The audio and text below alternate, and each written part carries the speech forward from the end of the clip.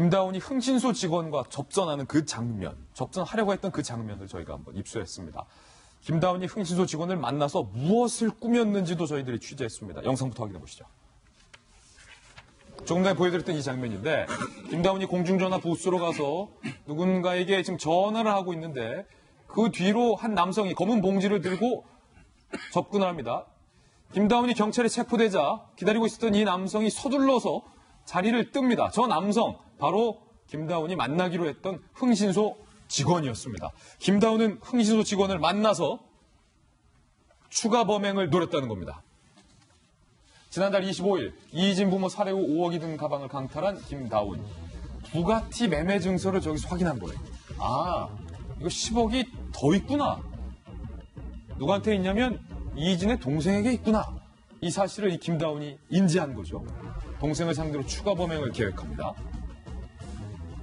지금까지 나왔던 내용은 이거예요. 김다운이 이 씨 동생에게 엄마인 척 카카오톡 메시지를 보냈다는 거죠. 그리고 나서 김다운이 흥신소 6, 7곳을 수소문했는데 어떤 목적으로 알아봤냐면 납치와 살인이 가능한 흥신소 6, 7곳을 수소문했다는 겁니다. 그리고 이 씨 동생과 만나죠. 김다운이 흥신소 직원에게 이런 문자 메시지를 보냈던 것으로 확인됐습니다. 2천만 원 줄 테니 오늘 작업합시다. 그리고 흥신소 직원은 경찰에서 이렇게 진술했다는 거예요. 동생을 납치한 후에 밧줄로 묶어달라고 요구를 했다. 착수금 명목으로 5천만 원을 받았다라는 건데 김영주 의원님, 네. 밧줄로 묶어달라고 요구를 하고 오늘 작업하자라고 문자 메시지를 보낸 게 나왔는데 그게 무엇을 의미하는 거예요?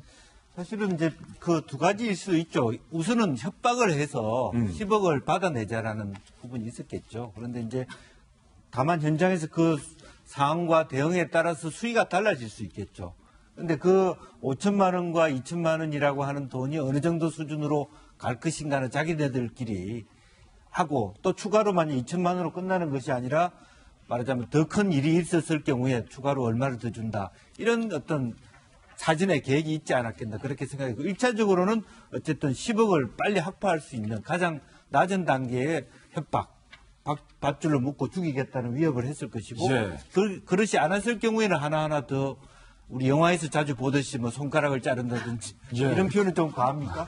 어떤 협박을 해들어갈 수 있는 그런 개성이 있다고 봐요. 왜냐하면 부모도 살인했기 네. 때문에 충분히 잔혹한 범죄를 계획했으리라는 확신이 드는 대목인데 물론 아직 정확하게 드러난 바는 없겠습니다만 박정화 대변인, 네.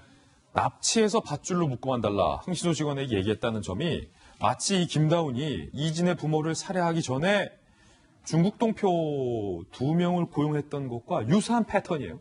이번에는 중국 대신 흥신소 직원들. 그러니까 이제 뭐 자꾸 이것도 생각이 변해가고 진화하고 발전했던 것 같아요. 저희가 처음에 의심스럽다고 생각했던 게 뭐냐면은 사건이 이루어지고 난 다음에 확인이 될 때까지 3주간의 시간이 있었잖아요. 예. 근데 과연 왜 이 많은 시간을 두고 그 범인 김다운은 도피를 하지 않았을까라는 의심을 많이 갖고 있었고 그래서 김다운 혼자 범행이 아니라 그 뒤에 누군가가 또 있었을 거다. 많은 추측을 했는데요. 그게 아니라 지금 보니까 이희진 부모를 살해하면서 너무나 쉽게 5억이라는 돈을 갈취를 하게 된 거예요.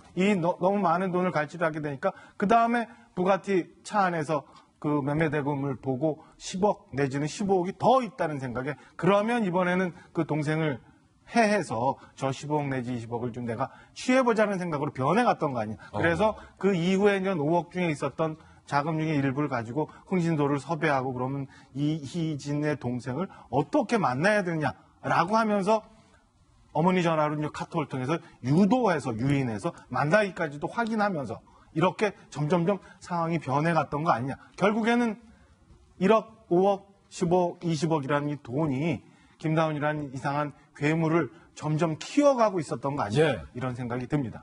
그런데 여기서 또 그럼에도 불구하고 의문점은 김병 박사님. 네. 김다운이 끝까지 자기는 이희진의 부모를 죽이지 않았다라고 억울하다라고 항변하고 있는 대목과 또 이희진의 동생을 만난 것은 내가 이를 납치하고 범행을 하려고 했던 게 아니라 뭐 사악을 하기 위해서다. 라고 좀 변명을 하고 있다는 점이에요. 그러니까 본인의 진술의 일관성이 전혀 하나도 맞지가 않는 부분들이 드러납니다. 처음에 이진의 부모를 만나게 된 것도 2천만 원에 대해서는 빚을 갚기 위해서라고 얘기했지만 일면식도 없는 사이다라고 경찰의 조사 결과 발표가 되기 시작하고요. 실제로 이 지금 범행을 저지르게 되고 나서 흥신소를 통해서 알아보게 된 것은 밀항을 알아보게 되거든요. 조금 전에 얘기가 나왔던 것처럼 막대한 거액을 이진의 동생이 갖고 있는 건데 이 동생이 현찰로 갖고 있는 것이 아니라 계좌로 갖고 있는 겁니다. 그러다 보니 계좌에 있는 돈을 끄집어내기 위해서는 협박이 필요하다고 판단했을 수 있을 것이고 이러한 협박을 옆에서 시행하기 위해서 흥신소 직원들을 알아봤던 것 같고요.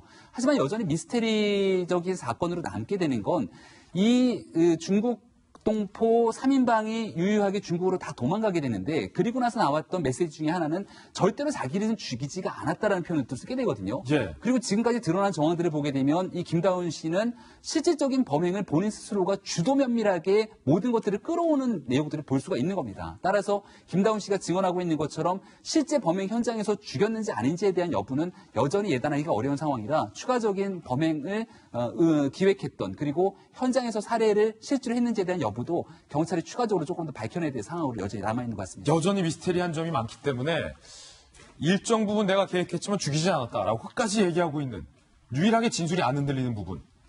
그 부분에 과연 진실은 무엇일지도 경찰이 조만간 수사로 밝혀주리라 기대를 해보겠습니다.